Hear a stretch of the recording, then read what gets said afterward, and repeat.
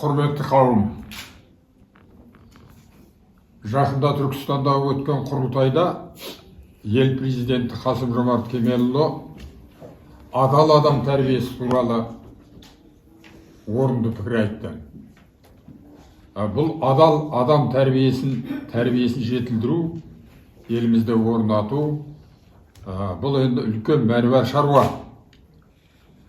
Осы менің ойымша біз тарихи сананы қалыптастыруымыз керек бірінші. Тарихи сананы қалыптастыру арқылы бүгінгі қоғамның, біздің еліміздің адал азаматтарын, патриоттарын, жанын беретін, халқы үшін қажет болса басын бәйгеге де тігетін азаматтар тәрбиеленеді деп есептеймін. Сондықтан тәрбиенің негізі бұл тарихи сананы қалыптастыру. Соңғы жылдары байқап жүрім, мына Ләззат қарындасымызда, Сырым інімізде осы музейде көптеген осы бағыттағы жұмыстар жүргізіп жатыр. Біздерді шақырады, біз келеміз, әңгімемізді айтамыз. Осының барлығы қажет. Мынау музейдің жұмысында жанданған жаңа бағыт, бұл жастар тәрбиесіне үлкен мән беретін шаруа деп есептеймін. Енді бүгінгі тақырыбымызға келетін болсақ, Амангелді Иманов бұл халықтың үлкен ұлы тұлғасы, халықтың батыры. Бұл ертеректе қазіргіден де гөрі көбірек айтылатын, қазіргіден де гөрі көбірек мән беретін ұлы тұлға болды. Сол Амангелді туралы неше бір әндер, өлеңдер, поэмалар, пьесалар, кинофильмдер, панолар, осылардың барлығы халықтың игілігіне айналды. Соның ішіндегі ең бір мен ерекше айтайын дегенім, қазақ бауырынан өнген баласына ат қойған кезде ұлылардың есімін қоюға тырысады. Сондықтан осы Амангелді батырдың батырлығы туралы халыққа паш етілгеннен кейін Амангелді есімді балалар қазақ елінде көп болды. Әлі де сол Амангелдінің есіміне қойылып жатқан балалар. Сондықтан бұл нағыз халықтық батыр болды. Кезінде Мұхтар Омарханұлы өзі айтқан екен. Бұрынғы кезде ақындар, елдің алдына шығып сөйлейтін шешендер бір ұрудың бай мен бағландары туралы айтатын еді. Ал енді Амангелді Иманов бұл ұлттық деңгейдегі ұлы тұлғаға айналды деп айтқан екен.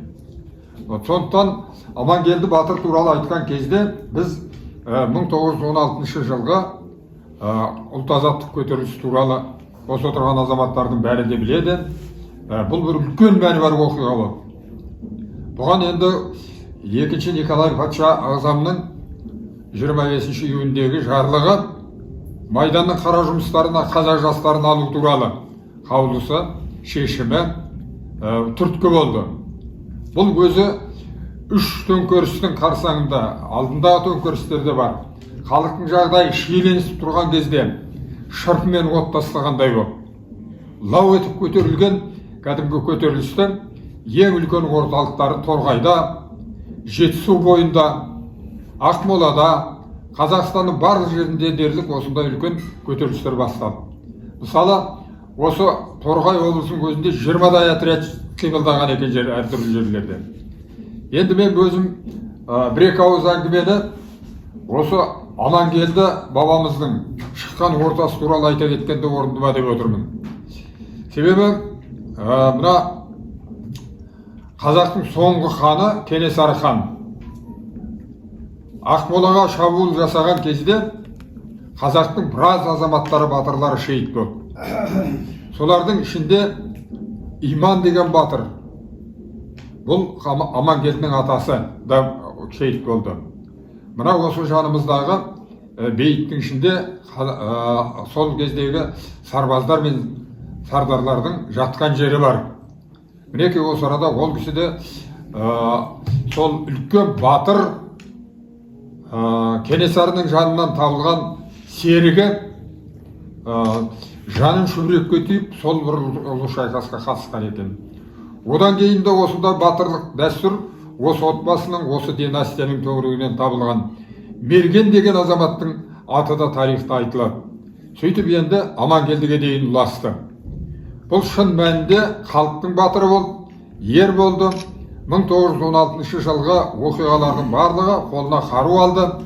Ел азаматтары мінекей осы кезде әсіресе Бөкейхан бастаған азаматтар халыққа басу әңгімеде айтты.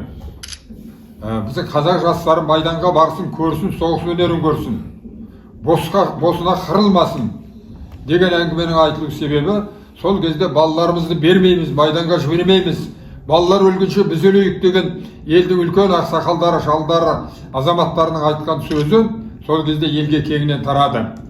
Мінекей сондықтан ол кезде патша әскері сол қарсыларды қанға бөктірді.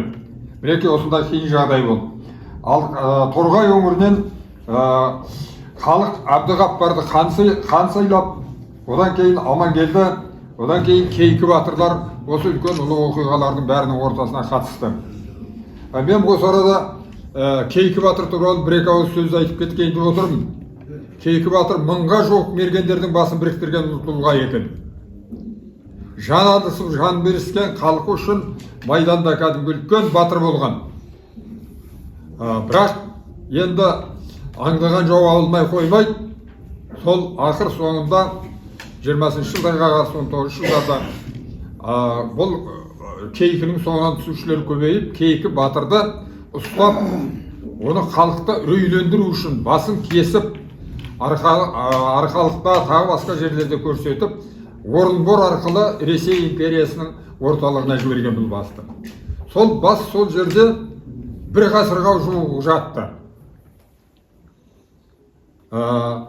2017 жылы сол қасиетті бас өзінің туған топырағы Қазақстанға келді. Оның ішінде Арқалықтан 60-70 километр жердегі Тасты деп аталатын Қыпшақ бауырларымыздың жерленген аталық қорымына әкеліп жерленді.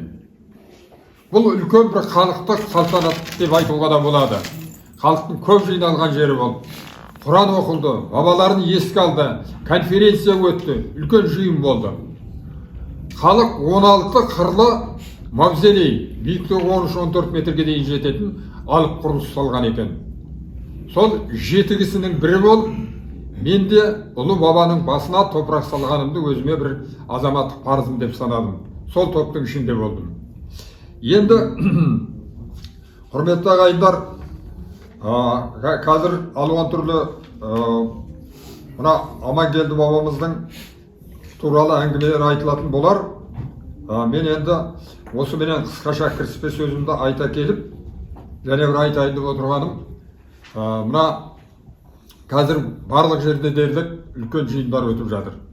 Соның біреуі жақында осы Амангелдінің атындағы ауданда, Қостанай облысында бүкіл республиканы жинаған үлкен жиналыс конференция болды. Осы конференцияда да жан-жақты осы мәселелер туралы айтылды. Сонымен Амангелді батырдың өмірі, халқына жасаған қызметі, халқына бостандықты алып беру жөніндегі шайқасы, енді бұл әлде талай айтылатын тақырып. Осы мысал арқылы халқымыз өсіп келе жатқан ұрпақты, оның ішінде қазақ жастарын жігерлі, отанын қорғайтын азамат тәрбиелеуге үлкен үлесі бар шаруа деп есептеймін. Сондықтан бүгінгі конференцияға, дөңгелек үстелге қатысып отырған азаматтардың барлығына да табысты, сәтті баяндамалармен шығып сөйлейді деген ойдамын. Бұл үлкен шаруа әрі қарата жалғаса береді. Осы шаруаны ұйымдастырушыларға шынайы алғысымды білдіремін.